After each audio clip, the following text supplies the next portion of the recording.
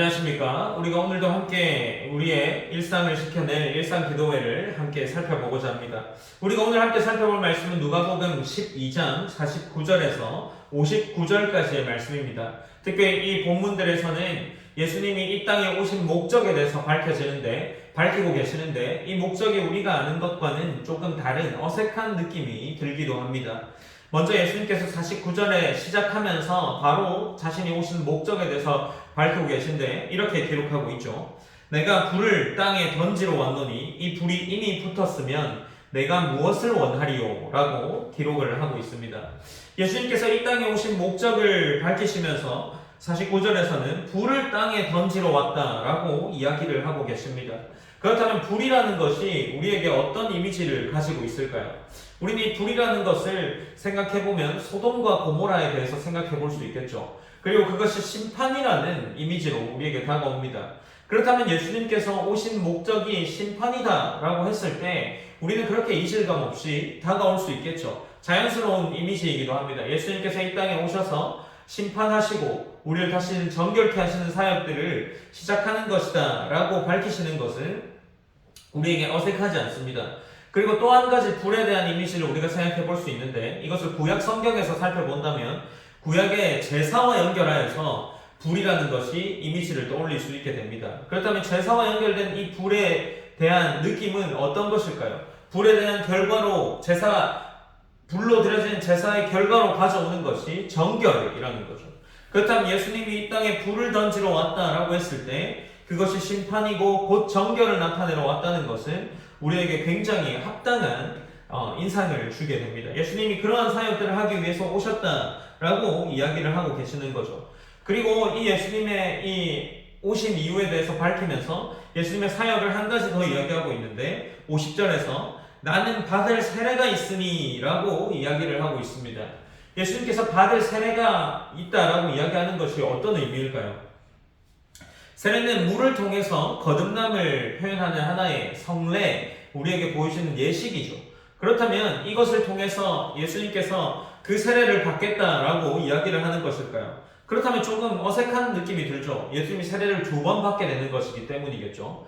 예수님께서 그렇다면 이 세례를 받아야 한다라는 것은 어떤 의미일까요? 이미 우리가 잘 아는 그 세례의 형식들은 세례 요한으로부터 예수님이 사역을 시작하실 때에 이미 있었던 일입니다. 그렇다면 예수님께서 받을 세례라고 하는 것은 무엇일까요? 우리가 이것에 대해서 생각해 볼 때 부활과 죽음에서 부활한다라는 그 예수님의 사역을 이야기하는 것이 아닐까 생각해 볼 수 있습니다. 그리고 그것에 이어져서 나오는 내용은 이렇게 나오죠. 그것이 이루어지기까지 나의 답답함이 어떠하겠느냐라고 이 말씀을 이어나가시고 있습니다. 그만큼 예수님의 사역들이 이루어지기까지 예수님의 마음에 대한 내용들이 기록되어 있는 거죠.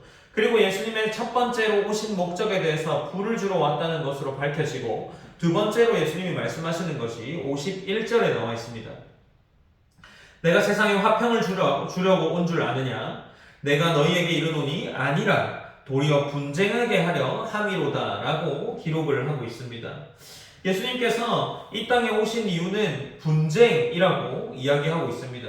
특별히 우리가 또 한 가지로 예수님의 오신 이유로 살펴볼 수 있는 것이 있는데 그것은 우리 서두에 나오는 누가복음에 나오는 이 누가복음 2장 14절의 내용을 생각해 볼 수 있습니다. 예수님이 이 땅에 오시는 것에 대해서 이야기하기를 지극히 높은 곳에서는 하나님께 영광이요 땅에서는 하나님이 기뻐하시는 사람들 중에 평화로다 라고 누가복음 2장 14절에서 기록하고 있습니다. 그렇다면 예수님이 이 땅에 오신 목적이 평화인데 지금 예수님이 다시 말씀하시는 것이 자신이 이 땅에 오신 이유는 화평을 주려고 온 것이 아니다 라고 이야기를 하죠.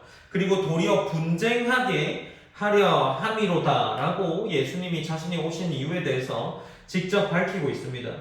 그렇다면 우리가 이것을 조금 어색하지만 우리 입장이 아닌 유대인의 입장에서 한번 생각해보면 어떨까요?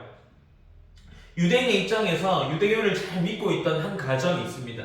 그런데 그 가정에 한 사람이 이제 그리스도를 믿게 되어서 예수님의 복음을 거기서 전하게 된다면 어떨까요? 그렇다면 그 가운데에 그 가정이 과연 화평으로 있을 수 있었을까요? 52절부터는 이렇게 기록하죠. 이후부터 한 집에 5 사람이 있어 분쟁하되 셋이 둘과 둘이 셋과 하리니 아버지가 아들과 아들이 아버지와 어머니가 딸과 딸이 어머니와 시어머니가 며느리와 며느리가 시어머니와 분쟁하리라 하시니라 라고 이렇게 기록하고 있는 거죠.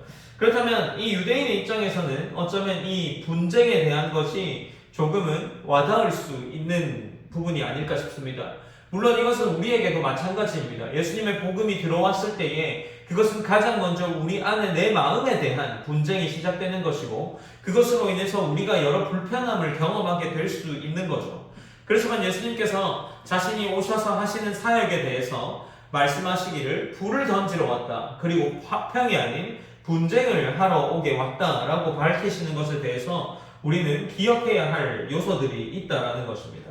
어제는 예수님의 이 오심이 구원이라는 것과 그리고 심판이라는 것, 그것과 연결되어 있다라는 것에 대해서 우리는 초점을 맞춰 보아야 합니다.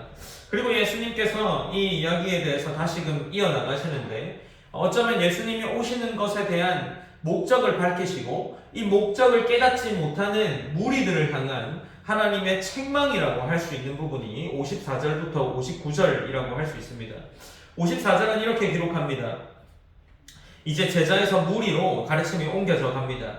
또 무리에게 이르시되 너희가 구름이 서쪽에서 이는 것을 보면 곧 말하기를 소나기가 오리라 하니 과연 그러하고 남풍이 부는 것을 보면 말하기를 심히 더우리라 하니 과연 그러하니라 라고 기록을 하고 있습니다. 이 유대 땅에 일어나는 하나의 지리적인 현상들을 통해서 가까운 미래를 예측하는 이스라엘 백성들의 모습을 볼 수 있는 거죠. 실제로 이 지역에는 서쪽에서 구름이 일어나면 소나기가 내리고 남풍이 불면 기온이 올라 더운 현상이 나타난다고 합니다. 어쨌든 예수님은 그러한 것들은 이스라엘 백성이 알아보면서 무엇이라 이야기합니까? 외식하는 자야 너희가 천지의 기상은 분간할 줄 알면서 어찌 이 시대는 분간하지 못하느냐라고 이야기하면서 이 말이 56절에 기록되어 있습니다. 그렇다면 예수님께서 지금 책망하는 내용은 무엇입니까? 가까운 미래를 예측하며 이 삶의 지혜를 통해서 너희가 무언가 알 수 있는 그 지혜를 충분히 가지고 있음에도 불구하고 이 이스라엘 백성들이 지금 시대를 해석하지 못하는 것에 대한 안타까운 것을 표현하고 있는 거죠. 예수님께서는 그들이 시대를 알아보라 라고 책망하고 있는 거죠. 그렇게 예수님은 이야기하고 있습니다.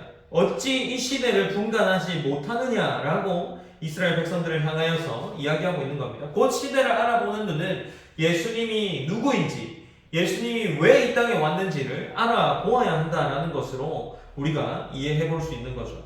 그리고 더 나아가서 한 예를 더 들고 계십니다.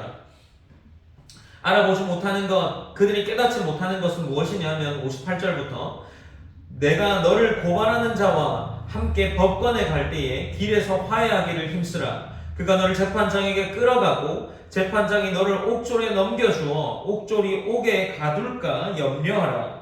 내게 이르노니 한 푼이라도 남김이 없이 갚지 아니하고서는 결코 거기서 나오지 못하리라 하시니라 라고 기록하고 있는 거죠.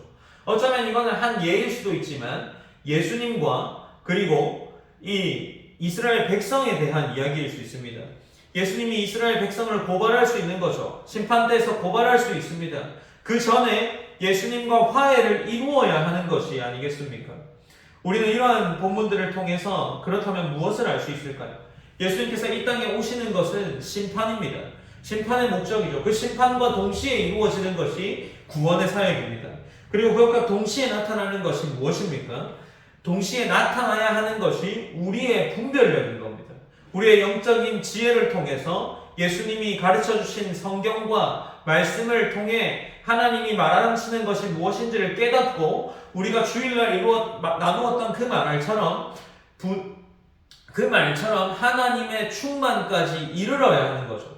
그 충만을 향해서 하나님 나를 충만하게 해주실 거야 단순히 기다리는 것이 아니라 그 충만을 향하여서 우리가 나아가야 한다라는 겁니다.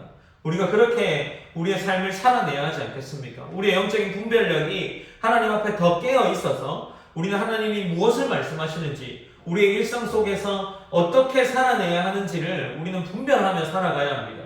단순히 하루하루 흘러가는 삶을 살아내지 않고 우리가 제자로서 그리고 예수님이 말씀하신 이 불을 던지러 온 세상 속에, 이미 불이 던져진 세상 속에 우리가 어떻게 살아가야 하는지를 우리는 고민하고 살아내야 합니다. 그리고 그와 동시에 분쟁하게 하러 왔다라고 말씀하시면 그 분쟁 가운데에서 우리는 어떠한 모습으로 있어야 하는지를 알아야 하는 거겠죠.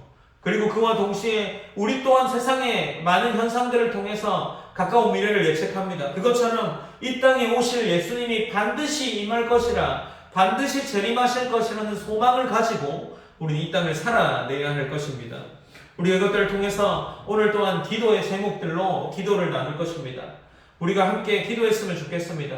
하나님, 우리가 일상기도회라는 시간들을 통해서 거룩의 시간들을 지켜나갑니다. 하나님, 우리가 지키는 이 거룩의 시간을 통하여서 하나님, 내 마음 가운데에 하나님을 모시고 하나님께서 그 분별을 통해서 분쟁과 불이 던져진 이 시대에 살아낼 수 있는 지혜를 하나님 허락하여 주시옵소서 라고 우리 그렇게 함께 기도했으면 좋겠습니다. 오늘도 제가 기도함으로 오늘의 일상기도회를 마무리하겠습니다. 기도하시겠습니다.